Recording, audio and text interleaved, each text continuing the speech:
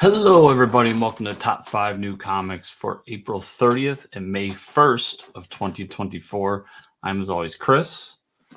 We got a cool slate of books for you, but I want to start off this video by reminding everybody this coming weekend is Free Comic Book Day. So if you have a local comic book store near you, make sure you stop by, pick up some cool free comics. Some of them are previews to books that we are talking about today.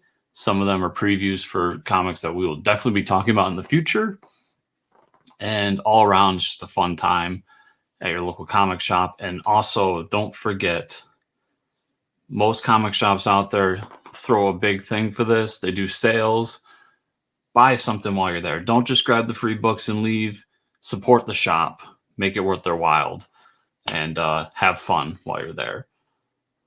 So enough of my preaching on Free Comic Book Day. Let's get into the books this week, starting with Blood Hunt #1.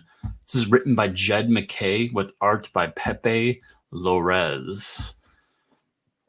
I have really been looking forward to Blood Hunt. Not only am I like a sucker for a good event comic, whether it's Marvel, DC, whoever, but it's a vampire-themed event book with Blade at the center of it, one of my favorite Marvel characters. So everything around this has just been, I'm really looking forward to it. I've really enjoyed the Blade series running into this. I really like the Moon Knight series that's definitely clashing with this. We got a little taste of it in the latest issue of Avengers from Jed MacKay. I am just all around excited for this, and to the point where I am picking up the original version. I am also picking up the Red Band version. I am all about this book. Give me more vampires. Give me more Dracula. The Vampire Nation and Chernobyl. All these elements of the Marvel Universe that recently been used a lot more, but traditionally have not been used a whole ton, is just stuff I want. I want it all the time.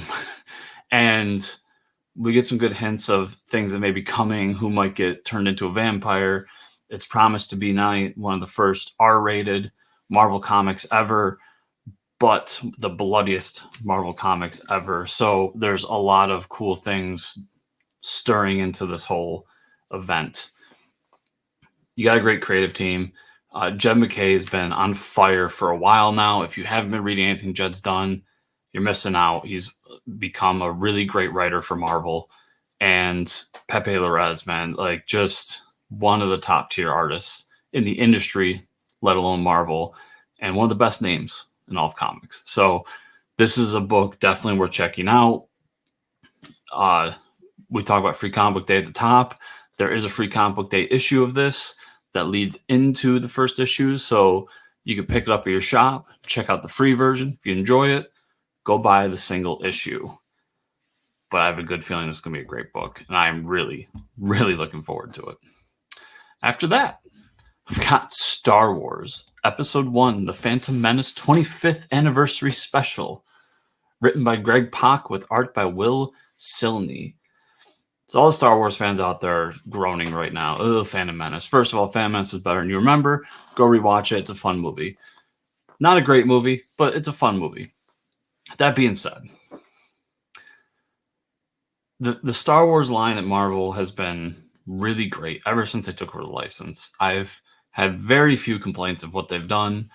I firmly believe that they've been a great shepherd to this IP in terms of the comics. And I've been excited for a lot of the stuff they're doing. Right now, they're kind of going back. We're at the 25th anniversary of Phantom Menace, and we're going back to that era in the comics. We've got the Jango Fett and the Mace Windu book and a few others. And now we got this one shot, a nice special. It's basically telling the tale of Episode 1, but from a different perspective. So it's one of those, let's change the main character and show the events from somebody else's point of view type of book, which sounds like a lot of fun, adds a little bit of breadth to it. Plus, someone like Greg Pak jumps on a book like this. Listen, I firmly believe that he has something that he wants to do with this, and he has something he wants to tell with this. So I just think it's a really cool idea. I have been an Episode 1 bit of an apologist as of recently. I will stand by episode 2 is still unwatchable, but episode 1's fun, and we've got a little bit more of it here, a little bit more, and a little bit of celebration, which is something that episode 1 desperately needs. Like, we all need to go back and really celebrate what that movie was. With all of its flaws, it was just a fun movie that deserves a little more attention than it got, and a little more positive attention than it got, I should say. And yeah, I think this would be a great book. Hopefully not a ton of Jar Jar, but listen, I'll live if we get some Jar Jar. After that, got Space Ghost #1. This is written by David Pepose with art by Jonathan Liu. So this is another one of my cheat issues because I have read the issue. I got to review it. It will be on my Substack probably when you're watching this. So you can see my full review of what I thought of it. And coming into this, I'd really hoped for David and Jonathan to kind of reinvent Space Ghost, do something a little more serious than what DC was doing. As much as I enjoyed the DC Hanna-Barbera books, they ranged from the Flintstones, which was shockingly serious, to, you know, something like Scooby Apocalypse that was a little more tongue-in-cheek and having a good time. Space Ghost kind of fell in the middle, where it felt more like a classic superhero book. This throws all that away and tells a somewhat dark, very serious Space Ghost story. A bit of an origin story. We get to meet his original sidekicks from the old Hanna-Barbera cartoon in this, and that's really the intro to it. Won't spoil too much, but like, the art is phenomenal. The action sequences are fun, and the team here does so much to make sure that not only new readers going to have a good time and understand everything that's going on and get to see the power sets and everything, get to know the characters a little bit, all in one issue. But also old readers or old fans like myself will get some cameos that you're going to be really excited about. Space Ghost is a fantastic book. You should definitely be checking it out when you go to the comic shop this week.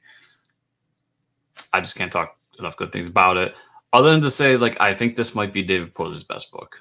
Best single issue so far. And that's saying a lot because I've really enjoyed some of the stuff he's done. All of the stuff he's done, really. And at Marvel, at Mad Cave, at wherever. He's a phenomenal writer, and he's just getting better by the day. So definitely check out Space Ghost. Do not sleep on this title. After that, got The Savage Sword of Conan. This is written by Jim Zub and Patrick Zircher, with art by Richard Pace and Patrick Zircher. Big Conan fan. I really just enjoy the simplicity of a Conan tale, a fantasy tale that's told from a barbaric point of view of a man who has really one simple objective, and that is to fight, to loot, and to drink. Like, he really just wants to go out there and do these things and to explore. And along the way, gets into some fantastical adventures along the way. Savage Sword of Conan, for me, the first issue, while a bit on the pricier side, it's a black and white comic, but what you're really purchasing is a small graphic novel here. Magazine-sized book, black and white, but it is a hefty book. And the first issue not only had a tale from Patrick Zircher that is going through the different issues part by part, but the Jim Zub tale, who Jim is also doing the regular Conan Barbarian book and killing it at that, is a one and done, like, adventure story. So I'm assuming each issue is going to be that one and done adventure story with this ongoing story in the back that's a little bit smaller in size. Really enjoyed the first issue. Art was phenomenal. The story was fun. If you're a Conan fan, if you're a sword and sandals kind of guy or gal out there, I think this is a great bang for your buck.